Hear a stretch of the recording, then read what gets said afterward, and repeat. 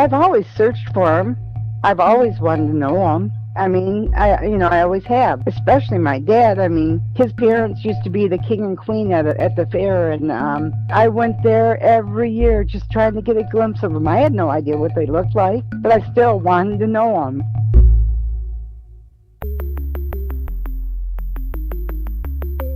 Who am I? Who am I? Who am I? Who am I? Who am I? Who am I? Who am I? This is Who Am I, Really? A podcast about adoptees that have located and connected with their biological family members. Hey, it's Damon, and my guest today is Denise. I contacted Denise online after I read her post in an adoption support group on Facebook called I Am Adopted.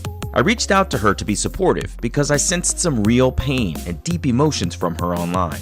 It turns out she didn't have a conventional adoption the way I typically think of them, and her childhood wasn't a typical childhood at all. A tragedy in her childhood left her extended family blaming her for their sad loss, which turned into mistreatment and a hard childhood in the aftermath.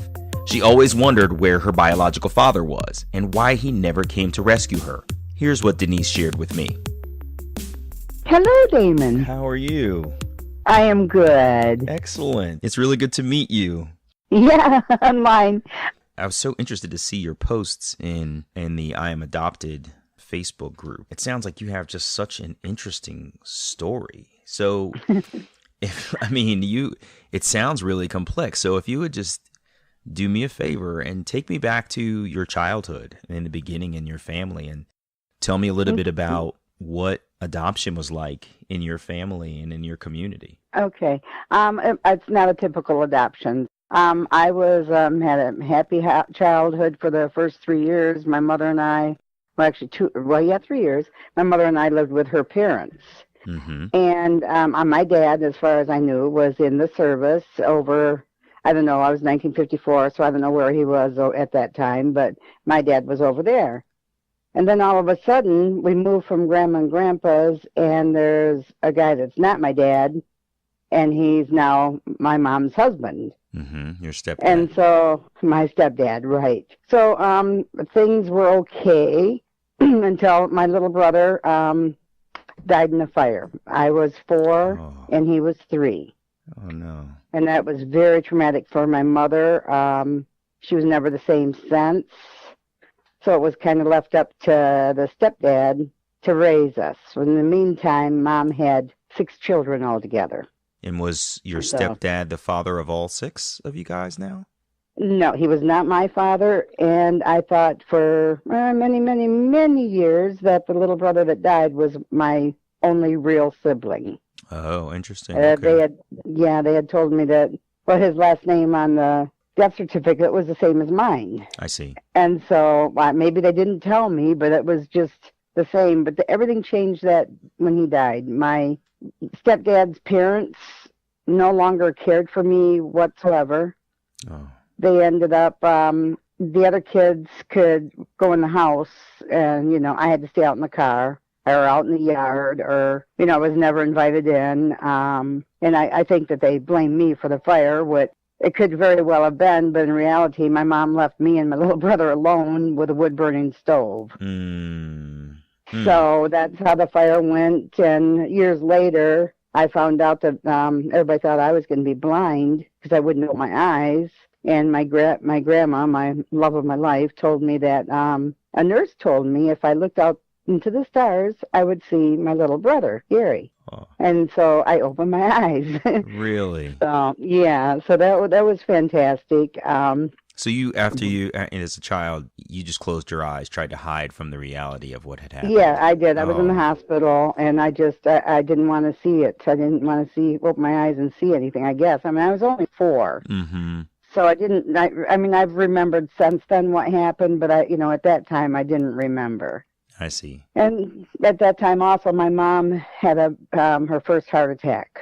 Mm-hmm. She was only 29 years old. Wow, she had a heart attack at 29. Yeah, so she was in a home for recovery purposes, and my stepdad separated us all. I went to live with people that were neighbors of ours, Mm-hmm. And my brothers and sisters all went to other places, relatives and friends and stuff. And I didn't see any of my family for, I don't know, it seemed like a year. But it was probably only about 6 months, maybe. Mm-hmm. As a child, the time would have been really long. It was a long time. It sure seemed like it. But then, since then, Mom came home, and it ended up I was about 10 when we finally got moved around for all of our different places and everything. And that's when the stepdad just really started not liking me at all. Mm. And all this time, it was okay until I was really being mistreated. I was being not really mistreated. I wasn't abused. I mean, I was mentally abused. He screamed and hollered, and he beat my butt with this thing, that thing, and the other thing. But, you know, it was not a fun childhood from 10 years old on. No. And I've always wondered, where's my family? Where's my real family? Why isn't my real dad coming to, rescue me? Why can't, I know I've got brothers out there, why aren't they rescuing me? And, so all this time I think I'm alone in the world. My mom's so sick, I did send a letter to my real dad, and it came back as a child. Mm-hmm. Came back, and he'd never opened it, returned to sender, and my mother found it. Oh. She was devastated that I had thought those thoughts about my stepdad, about wanting to leave and, all that stuff. I did not want to be around there anymore at all. It was just not good. So that sounds like an awful environment for a child. It wasn't no fun. It wasn't no fun at all. And so, of course, in the back of my mind, I knew that my real grandparents owned an apple orchard, and I knew that they were pretty well off. And I thought, why didn't they come and get me? They just lived 30 miles away. I knew exactly where they lived and everything. And I was just told, I would not be welcome there. So I never went there until I was a teenager. And boy, was I disappointed. They wouldn't answer the door. So I went to my dad's second wife's house, and that's all she did was say, no, you don't want to meet this guy. You don't want anything to do with this guy. You just go away, go home, and stuff like that. So, what age was this, and where do you live? Where I were live you living in Michigan. Uh-huh. And what age was this when you sort of went out on a journey to try to find, some of these other 15. families? Mm-hmm. I was 15 when I tried to go out and find them because I had friends that had cars. Mm-hmm. And so I could ride with them, and Mom and Dad wouldn't have to, know anything about it and stuff. Mm-hmm. Gotcha. So you were, for all intents and purposes, adopted by your stepdad. Is that correct? Right. And I just found out recently that the reason that my mom had me adopted, my stepdad was going to go to jail for child support from his first child. Mm-hmm. And so she told my dad, my real dad, that if you give me $1,000, you won't ever have to see Denny, which is my nickname, again. Mm-hmm. And so that, that's how I got adopted. Oh, wow. They didn't ask me none of it. No, of course not. Where do you want to live? Who do you want to live with? So tell me, where did your mom go? It sounded like she went away for a while and then came back. Well, she just went to a home, a convalescent home. Mm-hmm. I see. And she was real sick since then, so she couldn't do anything. So with 4 brothers and sisters that live in my home, I was left to the cooking, the cleaning, the everything, with a stepdad that was just a tyrant. He was a neat, freak, clean guy, I mean, we had nothing, so I had to do the wash in wash tubs and with a washboard, We ate Spees, apple juice, and Gerber baby food because my step-grandpa worked at Gerber's, so that's what we had to eat. And even as grown children? And even when we were kids, yep, that's what we had to do. Was my mom she was too sick to work anymore. She had worked up until she got sick, and he was so jealous that she was sick and being able to stay home in bed that all of a sudden he got sick. Oh, he had a little jealousy sickness. Oh, yeah. So he was flat on his back the rest of her life. She had died at 40. Oh, boy. Yeah, and so, and the only reason he got out of that bed was because his other 4 children were going to be taken away from him if he didn't take care of them, you know. So he got out of bed. He didn't do it for my mom for so many years, but he did it, you know, so he could keep the kids and the ADC money.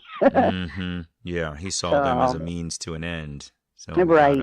Interesting. And those children are so screwed up in the head. So you've always wanted to locate other family members who could rescue you from this horrible childhood you were experiencing. Yeah. How did you go about finding them, and how did you end up connecting with those that you did find? My grandparents, my mom's parents, found my real dad down in Florida. And took some nice pictures with them because they of course knew them. My mom had a big wedding and everything like that, so they knew who he was. And they had pictures and stuff. But I sent a picture of me and my son at that time, and another letter in hopes of connecting with him. And his wife at the time wrote me back and sent me the picture back and said he just left it on the table unopened. Oh. Yes. Yeah, how old were you at this time? At this time, I was 16. I got pregnant so I could move away from the house. You got pregnant that was intentionally to get away. I intentionally got pregnant. And how did getting pregnant get you away from the house? Well, it did because he felt that he wasn't going to support, my stepdad wasn't going to support no other kid. And Mom was still alive at that time. So I ended up getting a live-in babysitting job, so I didn't have to be there. So you got pregnant in order to basically be kicked out of the house? Yes. I did not. I mean, I ran away, and I went to the police. I showed the bruises, everything like that. Back in those days, it didn't matter. Your parents could do what they wanted to you, you know. Right. Nothing like these days. Right. Wow. Yeah. So finally, when I'm about, I'd say I've had my second child, about 27, I got up the nerve to go to Fremont to look for my two brothers. Okay. And I went to their house because I had people had told me that, they're famous in this Fremont city that, everybody knows the name. So I went there. They told me where he lived. I pulled in. Their mother took one look at me and said, I said, I am. And she said, I know who you are. And she said, I don't care if you see my sons, but I don't want you to tell them who you are as far as being their sister. You could just be a friend. So I respected her wishes, and I just told them, I only met the one brother, the youngest brother, and, that's all I did. And I was shaking the whole time and everything. And but I respected her and did not involve myself until the kids got older. I see. And Facebook came out. And so I started looking through Facebook and through high school, that high school thing you can join. I went through Fremont schools, and I found a friend of theirs that I got connected through Facebook through, and he didn't want nothing to do. They never responded. So finally I saw that he was married, and so I marked the youngest one, and so I sent her a message on Facebook asking if I could be a friend, that I was his sister and stuff like that. Well, he finally got a hold of me and yelled at me and screamed at me, and my mother told me you weren't any relation to me, and how could you possibly be a relation to me with a mother like you had? And I mean, just terrible, hurtful things, And I thought, well, his wife now and his children are real nice to me, and like me, but he wants nothing to do with me, and he won't even tell our other brother about me. So these brothers are younger than you? Yeah, they are. They're younger than me. And so you're talking to the oldest of the other two? No, I'm talking to the youngest of the other two. Oh, you're speaking to the youngest. Yeah, the youngest one. The other one, Phil, I guess, has a few mental issues and stuff. And I mean, you look at his children online, and they look just like my children. We have a prominent jaw.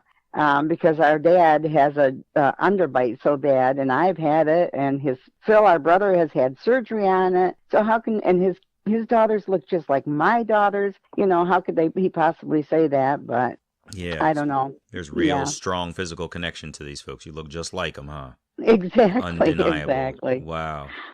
So, and he says, you go ahead and you talk to my mom, and she'll tell you that your mother was nothing, and maybe my mom was, but that's not the point, The point is that I there was real family out there, and I thought maybe, I got shot down again. Family, to me wasn't nothing, and my marriage was nothing, that I got out of the house to get, away from it. I just made myself a worse situation by a gentleman that beat me all the time. But Oh, boy.